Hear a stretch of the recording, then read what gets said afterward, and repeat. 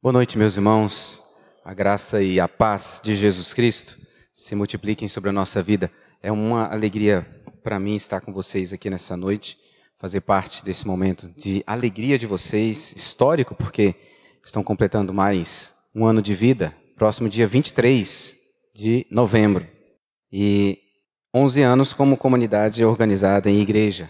E Deus nos dá esse privilégio de nos alegrarmos com quem se alegra. E para mim, um privilégio maior ainda de poder compartilhar a palavra com vocês aqui.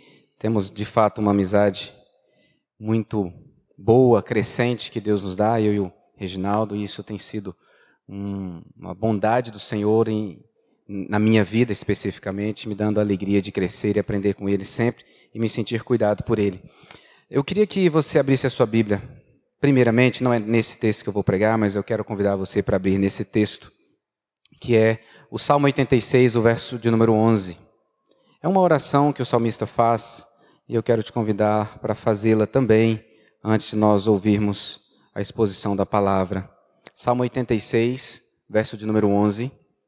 Na minha versão, revista e atualizada, a oração do salmista é a seguinte: Ensina-me, Senhor, o teu caminho e andarei na tua verdade.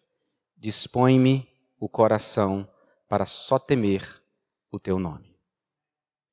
O salmista se reconhece dependente do Senhor para conhecer o caminho, para andar na verdade, e por isso ele pede, se Deus não inclinar o coração, não dispor o coração dele para só temer o nome do Senhor, ele não vai conseguir.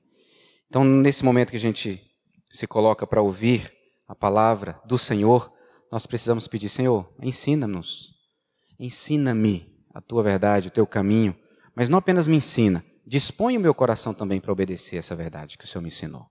Nós precisamos dele, dependemos dele. Então quero pedir que você ore por você e ore por mim, para que eu seja fiel na exposição da palavra e o seu coração seja alcançado por essa palavra nessa noite. Então vamos ter esse instante de oração. Vou deixar você fazer essa oração por um instante, depois eu orarei.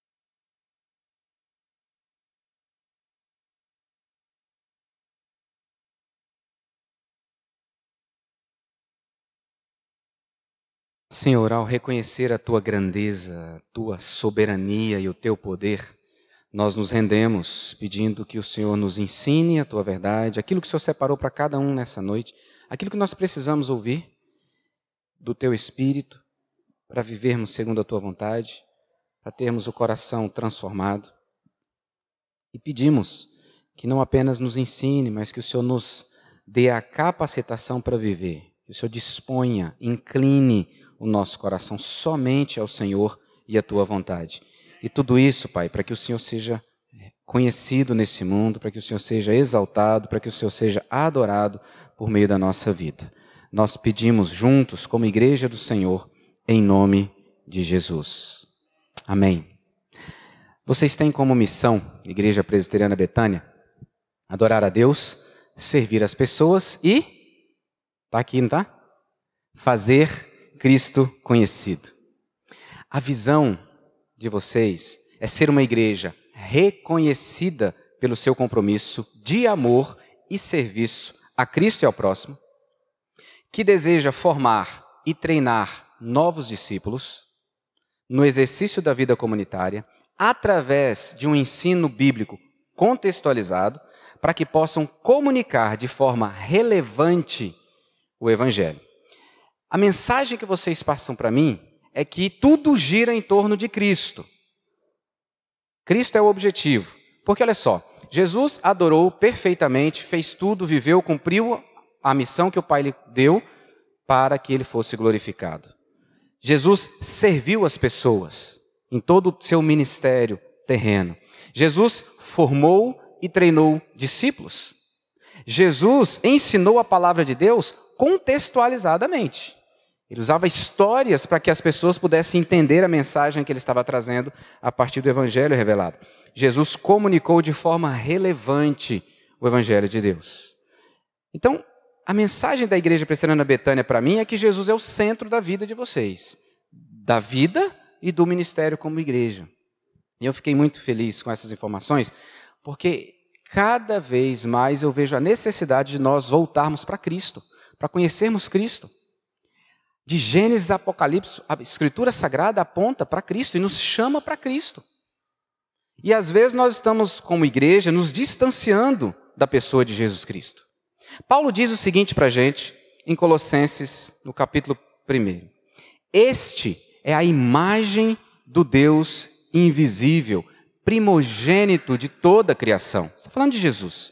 Pois nele, Jesus, foram criadas todas as coisas, nos céus e sobre a terra, as visíveis e as invisíveis, sejam tronos, sejam soberanias, quer principados, quer potestades. Tudo, absolutamente tudo foi criado por meio dele e para ele. Ele é antes de todas as coisas, nele tudo subsiste. Você foi criado para Cristo. A Igreja Presbiteriana Betânia foi criada para Cristo. Tudo é para Ele. E não apenas isso. Paulo diz que é para Ele, por meio dele, e que só nele tudo subsiste. Então nós só existimos por causa de Cristo. Cristo é o assunto da Escritura Sagrada. E quando nós lemos os Evangelhos, é a melhor maneira de nós conhecermos melhor Jesus Cristo. E por que nós precisamos conhecer melhor Jesus Cristo? Mais o amaremos. Quanto mais nós conhecermos Jesus Cristo, mais o amaremos. É assim entre um casal que começa a namorar. Quanto mais conhece, mais ama até chegar, ou não, né? Mais se conhece e vai amando e constrói o relacionamento conjugal. E casa, e quanto mais conhece, mais ama. Mais seremos como ele. O Salmo 115, no verso 8, diz que aqueles que adoram ídolos se tornam como eles. Então, quem adora Jesus Cristo, se torna como Ele. Quanto mais nós conhecermos Cristo, mais seremos parecidos com Ele. Quanto mais conhecermos Cristo, mais viveremos como Ele. E quanto mais conhecermos Cristo, mais o faremos conhecido. Então, nós precisamos conhecer Jesus Cristo. Abra sua Bíblia em Marcos, capítulo 1, versos 14 e 15. É nesse texto que eu quero conversar com vocês. E não é para a gente entender sobre quem é Cristo, mas qual a mensagem de Cristo. Qual a mensagem de Cristo? Nos versos iniciais, Marcos apresenta para a gente como que Jesus chega ao mundo e ele então trata da identidade de Jesus. A partir do verso 14, agora ele vai falar sobre a mensagem de Jesus. E ele resume Jesus dizendo que o reino de Deus chegou, que as pessoas devem se voltar para Deus e aceitar com fé a boa notícia de salvação. O texto diz assim, Marcos 1, versos 14 e 15.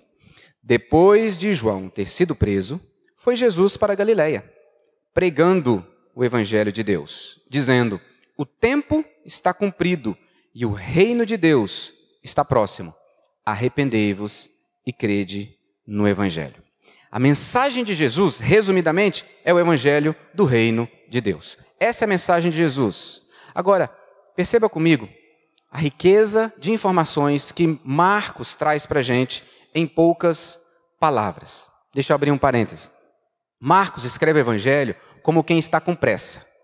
Ele tem uma mensagem urgente a testemunhar para os seus ouvintes. Veja como é que ele começa, no verso 1. Princípio do evangelho de Jesus Cristo, Filho de Deus. Pronto. Ele não fala do nascimento de Jesus Cristo. Ele entende que isso não é importante no momento. Ele precisa falar rapidamente para quem vai ouvir, para quem vai ler o seu livro, que Jesus é a resposta de Deus para o pecado do homem. Que Jesus veio para salvar. Então ele tem pressa e ele vai sempre falando muito rápido sobre as coisas. Quando ele fala sobre o batismo de Jesus, ele usa 3 versículos. Quando ele fala das tentações, ele usa 2 versículos. Quando você lê Mateus, aí você vai ver Mateus usando 11 versículos para falar sobre a tentação de Cristo. Então Marcos tem pressa. Mas isso não quer dizer que ele não seja profundo nas na sua mensagem, naquilo que ele tem para nós. Então veja comigo. O verso 14 começa dizendo, depois de João ter sido preso. Que João é esse? João Batista. João Batista é preso. Por quê? Porque João Batista está denunciando o pecado de Herodes e por causa disso ele é preso. Mas quando Marcos diz, depois de João ter sido preso, foi Jesus, essa primeira expressão, depois de João ter sido preso, está dizendo para mim e para você, acabou o ministério de João Batista e vai começar o de Cristo. João Batista cumpriu o seu propósito e agora Jesus vai cumprir o seu. A segunda verdade é que a prisão é plano de Deus. Depois de João ter sido preso. Como é que eu posso afirmar isso categoricamente? A Revista Atualizada não deixa isso muito claro para a gente, mas a Revista Corrigida, que é uma outra versão, diz que João foi entregue à prisão. E a palavra no grego, ela significa entregue às mãos de outro. Então Deus é quem entrega João Batista para ser preso. E Marcos quer que a gente entenda isso, porque ele quer que nós lembremos que Deus é soberano e está no controle de todas as coisas. Veja isso, por exemplo, no verso de número 12.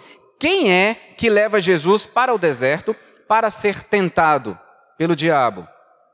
E logo o Espírito o impeliu para o deserto. Deus é que está no controle de todas as coisas. Então, quando João é preso, é porque Deus o entregou à prisão dentro de um propósito eterno e soberano do Senhor. A terceira verdade aqui é que a prisão de João Batista aponta, desde aqui do início, para o que vai acontecer com Jesus Cristo e também com aqueles que seguem Jesus Cristo. João Batista é entregue à prisão e Jesus também será entregue à prisão, será morto, será crucificado, mas ressuscitará. Olha o que Marcos 9:31 diz para a gente. Porque ensinava aos seus discípulos e lhes dizia, o Filho do Homem será entregue nas mãos dos homens e o matarão, mas 3 dias depois da sua morte ressuscitará. Marcos, ao falar que depois que João é entregue à prisão, está dizendo, isso vai acontecer com Jesus também. Mas não apenas com Jesus, queridos. Isso vai acontecer também com os discípulos de Jesus. Capítulo 13 de Marcos, versos de 9 a 13. Esse capítulo 13, a partir do verso 9, diz assim, estai vós de sobreaviso, porque vos entregarão aos tribunais e às sinagogas. Sereis açoitados e vos farão comparecer à presença de governadores e reis por minha causa, para lhes servir de testemunho. Mas é necessário que primeiro o evangelho seja pregado a todas as nações. Quando, pois, vos levarem e vos entregarem, não vos preocupeis com o que haveis de dizer, mas o que vos for concedido naquela hora, isso falai, porque não sois vós os que falai, mas o Espírito Santo. Verso 12. Um irmão entregará à morte outro irmão, e o pai ao filho. Filhos haverá que se levantarão contra os progenitores e os matarão. Sereis odiados de todos por causa do meu nome. Aquele, porém, que perseverar até o fim, esse será salvo. Então, desde o início, Marcos está querendo dizer, olha, João foi entregue, Jesus vai ser entregue, os discípulos serão entregues por causa do Evangelho, por causa da obediência ao Senhor. Em último lugar, a prisão de João Batista, que vai culminar na sua morte, revela o poder do pecado para trazer sofrimento sobre o ser humano. Ao registrar que João Batista vai ser preso, ou foi preso, Marcos está querendo nos lembrar, o pecado está presente. E pessoas são presas e mortas por quem tem poder e age contrariamente à vontade de Deus. Por que João Batista é preso? Ele é preso porque ele denunciou Herodes. Ele falou assim, Herodes, você não pode casar com a esposa do seu irmão. E aí, Herodias não gostava muito de ouvir isso, fica no ouvido de Herodes, e aí João Batista é preso. Veja aí comigo, Marcos, no capítulo de número 6, verso 17. Marcos, capítulo 6, verso 17. Porque o mesmo Herodes, por causa de Herodias, mulher de seu irmão Filipe, porquanto Herodes se casara com ela, mandara prender a João e atá-lo no cárcere, pois João lhe dizia, não te é lícito possuir a mulher de teu irmão. Então ele é preso porque ele denuncia o pecado. E vai ser morto por causa do pecado de Herodes. E aí Marcos quer que a gente lembre que esse mundo, nós estamos cercados de pecadores. Nós somos pecadores. E é o pecado que gera maldade, é o pecado que gera morte, é o pecado que gera sofrimento. Então, com isso ele faz a gente pensar o quê? Jesus Cristo veio exatamente para mudar isso. Para mudar essa história. Ele está chamando a nossa atenção para isso. Depois de João ter sido preso, marca o início do ministério de Jesus para salvar o perdido, para mudar a história de pecadores. É isso que Marcos quer que a gente entenda.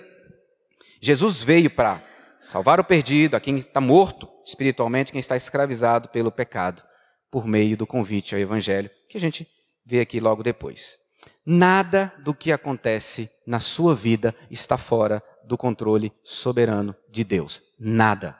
Então, eu sei que você pode estar aflito por causa da decisão da STF da última sexta-feira. Não se esqueça disso. Deus está no controle. A pergunta que nós precisamos fazer é: o que é que Deus quer nos ensinar com isso que Ele permitiu? O que é que Deus está querendo da igreja como resposta ao que nós ouvimos aqui? O que é que Deus quer que nós nos lembremos?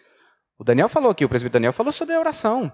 Essa é a sua primeira responsabilidade, a minha responsabilidade como cristãos. É interceder para que Deus haja com justiça, com verdade, salve pessoas, transforme e nos use para proclamarmos o Evangelho com autoridade e intrepidez. Mas tem muito mais a ser feito, nós precisamos proclamar esse Evangelho. Até mesmo o pecado humano está debaixo do controle divino que ele usa para cumprir os seus propósitos. Porque João foi preso. Jesus inicia o ministério. Jesus vai ser morto por causa de pecados de homens, para que eu e você sejamos salvos. Até mesmo o pecado do ser humano está sob o controle do Senhor. Marcos está deixando isso claro para a gente. Então, não se esqueça disso. Confie no Senhor. Ele é soberano sobre a sua vida. Ele está no controle da sua vida. Volte-se para Ele, converse com Ele, fale com Ele, clame a Ele, confie nele. Ele está guiando os seus caminhos. Verdadeiros discípulos de Jesus Cristo sofrerão. Paulo disse o seguinte para a gente: todos que querem viver piedosamente em Cristo Jesus serão perseguidos. Serão perseguidos. Então, não se preocupe. Ser fiel ao Evangelho vai gerar perseguição. De um jeito ou de outro, você vai ser perseguido. E que bom, diz Pedro, se nós sofremos por causa de Cristo. Ruim é sofrer por causa do nosso pecado mesmo. Mas se a gente sofre porque está sendo fiel a Cristo, louve a Deus por isso. Em João capítulo 7, Jesus vai dizer assim, olha, para os discípulos, eles não te odeiam porque vocês não denunciam o pecado deles. A partir do momento que vocês começarem a denunciar, vocês também serão odiados. João 7:7. Então permaneça confiante em Deus. Ele é soberano, está cuidando da sua vida. Seja fiel, mesmo que você seja perseguido, porque Ele não te deixa. O texto segue. Foi Jesus para a Galileia. Depois de João ter sido preso, foi Jesus para a Galileia. O que Marcos quer nos chamar a atenção com essa pequena expressão? Primeiro, Jesus veio da Galileia encontrar-se com João Batista para ser batizado. Olha lá no verso 9 comigo do capítulo 1. Naqueles dias veio Jesus de Nazaré, da Galileia, e foi por João Batista, foi batizado no Rio Jordão. Depois ele volta para a Galileia. Do verso 14 até o capítulo 9, versículo 50, tudo o que está acontecendo acontece na Galileia, registrado por Marcos. E o que isso tem a ver? Qual a importância disso? Por que Marcos tem o cuidado de registrar que Jesus foi para a Galileia? Ele não diz para a gente, mas Mateus nos ajuda. Abra sua Bíblia em Mateus capítulo 4, a partir do verso 12. Mateus, capítulo 4, a partir do verso 12. Diz assim: ouvindo, porém, Jesus que João fora preso, retirou-se para Galileia e, deixando Nazaré, foi morar em Cafarnaum, situada à beira-mar, nos confins de Zebulon e Naftali, para que se cumprisse o que fora dito por intermédio do profeta Isaías: terra de Zebulon, terra de Naftali, caminho do mar, além do Jordão, Galileia dos gentios. O povo que jazia em trevas viu grande luz, e aos que viviam na região e sombra da morte, resplandeceu-lhes a luz. Daí por diante, passou Jesus a pregar e dizer: arrependei-vos, porque está próximo o reino dos céus. O que Marcos está dizendo para a gente é o seguinte: Deus cumpriu a sua promessa. Deus cumpre cada uma das suas promessas. Jesus ir para a Galileia está cumprindo-se a promessa feita por Deus lá em Isaías, que é citado por Mateus. Deus é fiel sempre em cada uma das suas palavras. O que nós lemos aqui em Mateus está em Isaías 9, versos 1 e 12. Então vamos pensar agora um pouquinho sobre a região da Galileia. A região da Galileia era ocupada por uma população judaica, mas apenas nas aldeias distantes. No centro da região eram os gentios, latifundiários, pagãos, que tinham dinheiro, que comprou as terras. Eles compraram as terras dos judeus e os exploravam. Eles dependiam. Então era uma região de muito pobre, uma região desprezada pela elite religiosa da Judéia. Queridos, esse é o lugar que Jesus inicia o seu ministério. Onde tem gente sofrendo, onde tem gente em trevas, onde há dor e sofrimento. E Jesus transforma a Galileia na terra natal do Evangelho. Porque começa aqui, ele pregando, e quando ele ressurge, antes dele morrer, ele diz para os discípulos: eu vou morrer, vou ressuscitar e vou encontrar com vocês na Galileia. Era o lugar que Jesus testemunhava como o local de salvação de Deus, cumprindo assim a promessa que Deus havia feito antes. Queridos, onde tem sofrimento, Jesus está presente. Não provocando, mas para ser a resposta. Onde tem dor, onde necessita de luz, é onde Jesus vai estar. É por isso que ele corre para a Galileia, por isso que ele volta para a Galileia. Onde tem escravo do pecado, Jesus quer libertar. Onde tem enfermo, Jesus quer curar. Ele não consegue ficar sem fazer nada. Então, qual a sua luta? Qual a sua dificuldade? Qual a sua enfermidade? Qual o pecado? Jesus está aqui para te curar, para te libertar, para te dar vitória sobre o pecado. Porque essa é uma verdade bíblica. Não é invenção da cabeça do pastor. Jesus vem aonde tem gente sofrendo para oferecer sua companhia e a sua salvação, a sua libertação, a sua cura. Essa é a promessa do Senhor. E a gente precisa crer e abraçar essa verdade bíblica. Depois de João ter sido preso, foi Jesus para a Galileia. E o que ele faz? Prega o Evangelho de Deus. Qual é a mensagem de Jesus? O que sai da boca de Jesus? O que ele prega? O Evangelho de Deus. A mensagem de Jesus é a mesma mensagem de João. Veja aí comigo no verso 4 do capítulo 1 de Marcos. Apareceu João Batista no deserto, pregando batismo de arrependimento para a remissão de pecados. Aqui, Marcos não traz literalmente como Jesus falou, mas quando você lê, por exemplo, Mateus 3, versos 1 e 2, Mateus usa literalmente quase que as mesmas palavras que foram colocadas aqui para Jesus. Mateus 3, 1 e 2 diz: naqueles dias apareceu João Batista pregando no deserto da Judéia e dizia: arrependei-vos, porque está próximo o reino dos céus. Reino dos céus e reino de Deus são a mesma coisa. Mateus usa a expressão reino dos céus, Marcos usa reino de Deus. Então, é a mesma mensagem. A mensagem de que Deus veio, entrou na história para salvar o ser humano. Agora, veja o verso 1. O verso 1 diz: princípio do Evangelho de Jesus Cristo. E agora no verso 14, pregando o Evangelho de Deus. Tem diferença? Não e sim. Não tem diferença porque trata-se da mesma boa notícia de que Deus veio para salvar o pecador. É o mesmo Evangelho, é a mesma boa notícia. Deus entra na história humana encarnado para redimir o seu povo escolhido.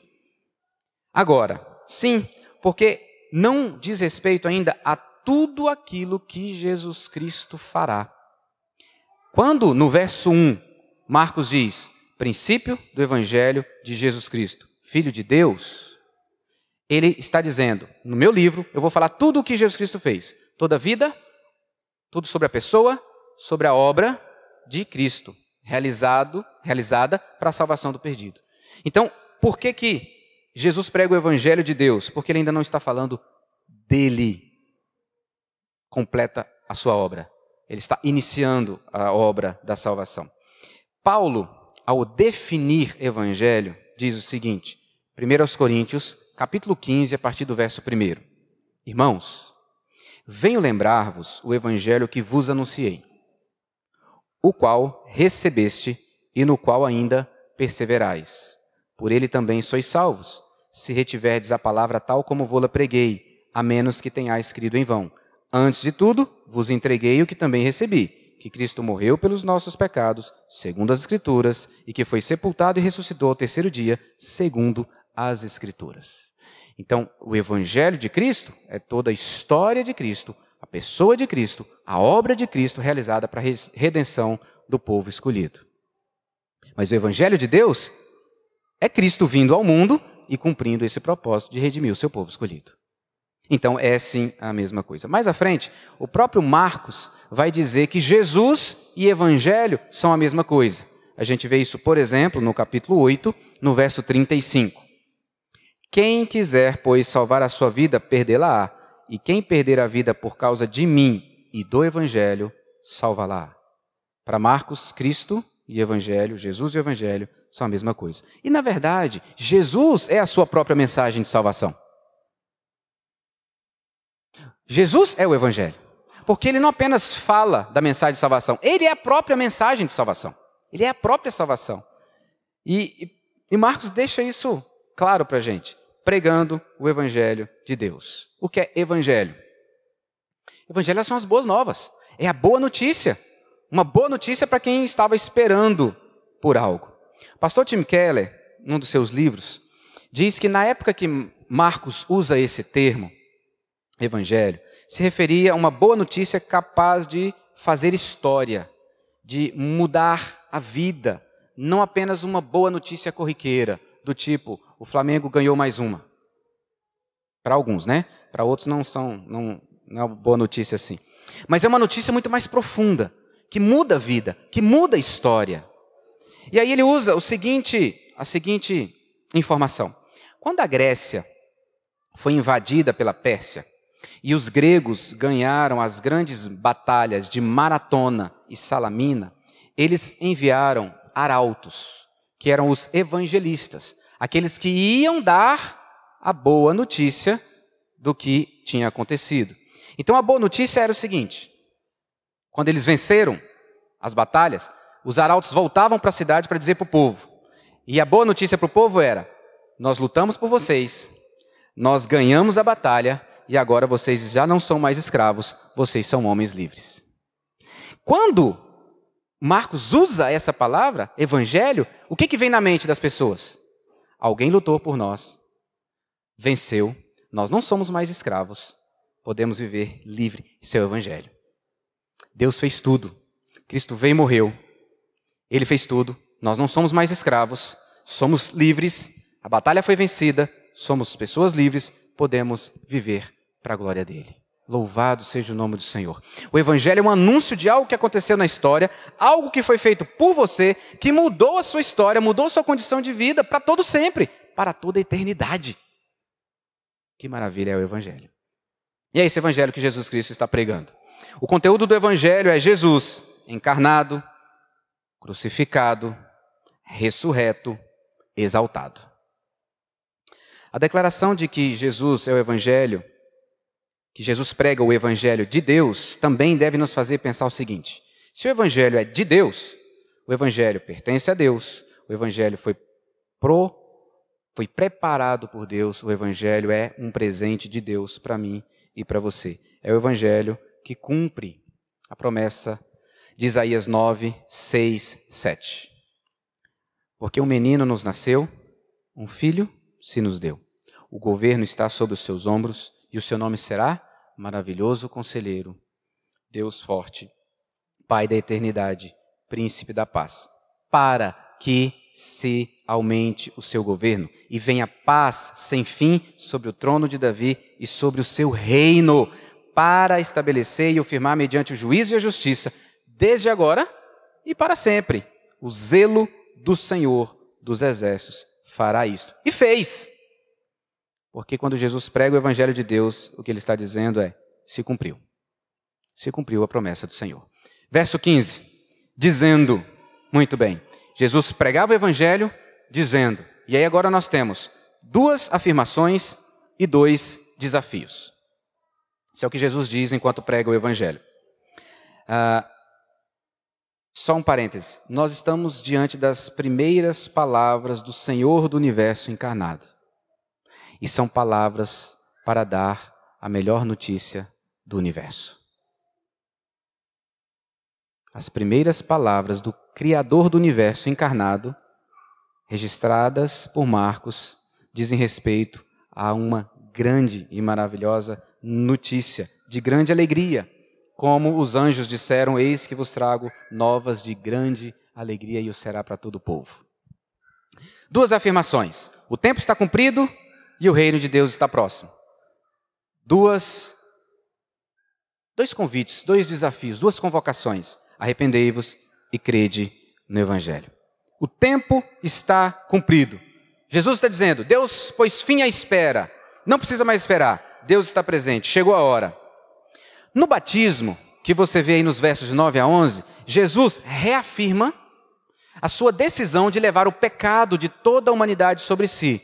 Porque, lembrem-se, o pecado é que deveria ser fruto de arrependimento, e o batismo de João é, arrependa-se e seja batizado. O batismo de João era para arrependimento de pecados. Jesus não era pecador. Por que ele vai ser batizado? Porque ele assume o meu lugar e o seu lugar. Ele me representa e te representa. Então Jesus reafirma sua decisão de levar sobre si os pecados do seu povo ao se identificar com o seu povo e ser batizado. Quando Jesus é tentado e vence as tentações, ele prova ser digno de cumprir a missão do Pai. Porque ele abre mão da sua vontade para fazer a vontade do Pai. Então, o tempo está cumprido. O Deus encarnado está presente, está pronto para fazer aquilo para o qual ele veio ao mundo. A hora chegou. Tempo aqui é kairos, é o tempo de Deus. Jesus está anunciando, como evangelho de Deus, que o momento decisivo dos propósitos de Deus para salvar o ser humano chegou. Ele entrou na história e ele vai ser rei.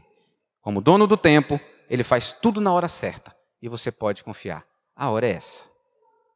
Gálatas, Paulo escrevendo aos Gálatas, diz que, vindo porém a plenitude do tempo, Deus enviou o seu Filho, nascido de mulher, nascido sob a lei, para resgatar os que estavam sob a lei, a fim de que recebêssemos a adoção de filhos. Gálatas 4, 4 e 5. Então, o tempo está cumprido. Chegou a hora. E isso aconteceu um dia na minha vida. E eu creio que na sua também. É aquele dia que Jesus chega diante de você, revela a você e você não tem como fugir, porque a graça maravilhosa te constrange e você se entrega. É o tempo da sua vida. É o tempo cumprido na sua história, quando você entregou sua vida a Cristo. O reino de Deus está próximo. O reino prometido no Antigo Testamento, em vários textos, agora se faz presente em Jesus. Ele não estará, ele já está. O reino já está presente, embora não na sua plenitude. Mas o reino de Deus já está presente. Mas o que significa reino de Deus? É o governo de Deus. É Deus governando o meu coração. Não sou mais eu que governo, não é mais o diabo que governa, mas eu que governo. Deus governa. Embora não ainda na sua plenitude, porque nós ainda somos pecadores, o reino de Deus chega para aquele que se dobra diante de Jesus Cristo e o reconhece como rei sobre a sua vida. Deus governando o coração de pecadores, gerando assim salvação, é o que nós chamamos de reino de Deus. Quando o reino de Deus chega, muda a história, muda a situação da minha vida. Coisas tremendas e maravilhosas acontecem. Lucas 11, 20 registra o seguinte, a palavra de Jesus: se porém eu expulso os demônios pelo dedo de Deus, certamente é chegado o reino de Deus sobre vós. Porque quando ele expulsa o demônio e diz que o reino de Deus chegou sobre essa pessoa, é porque quem reinava antes era o diabo. E quando Deus chega e reina, então não há espaço mais para o diabo. Arrependei-vos. Diante dessas duas afirmações, o tempo está cumprido, Deus está presente, o reino de Deus está próximo, então há uma convocação primeira. Arrependei-vos. Se o reino está presente, é preciso ir para o reino. Para entrar no reino, para fazer parte do reino, exige-se arrependimento. Essa é a mensagem de Jesus. Arrependei-vos. É um chamado à salvação. Diante do convite do reino, ou você enxergar que o reino está próximo de você, e ele está próximo porque você precisa passar para dentro, fazer parte, você precisa se arrepender. E arrependimento, queridos, é mais do que remorso ou repugnância ao pecado. É mais do que resolver viver retamente. É mais do que ter nojo do pecado. Arrependimento é uma mudança de mente sobre uma resolução de viver inteiramente para Deus. É uma renúncia ao próprio desejo pecaminoso do coração.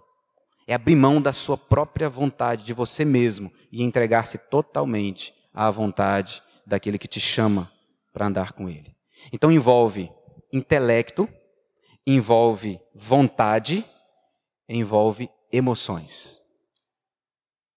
Eu creio, eu sou compungido e eu decido. E é isso que Jesus está dizendo. Arrependei-vos. Uma mudança de mente radical do coração por causa da mensagem que ouviu.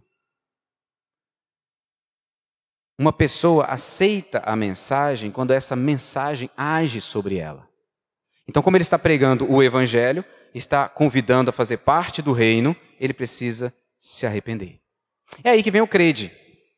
E crede não é como se fosse, quando diz arrependei-vos e crede no evangelho, não é como se fossem duas ações, mas uma ação só. Tem sentido explicativo. Arrepender vem de crer. É quando eu creio naquilo que está sendo dito, aquilo que está sendo apresentado, que eu arrependo diante da mensagem que me é apresentada. Então é preciso fé. E Marcos vai deixando isso claro no seu livro. A mensagem é: creia em Deus que veio até você com a boa notícia de salvação, totalmente de graça.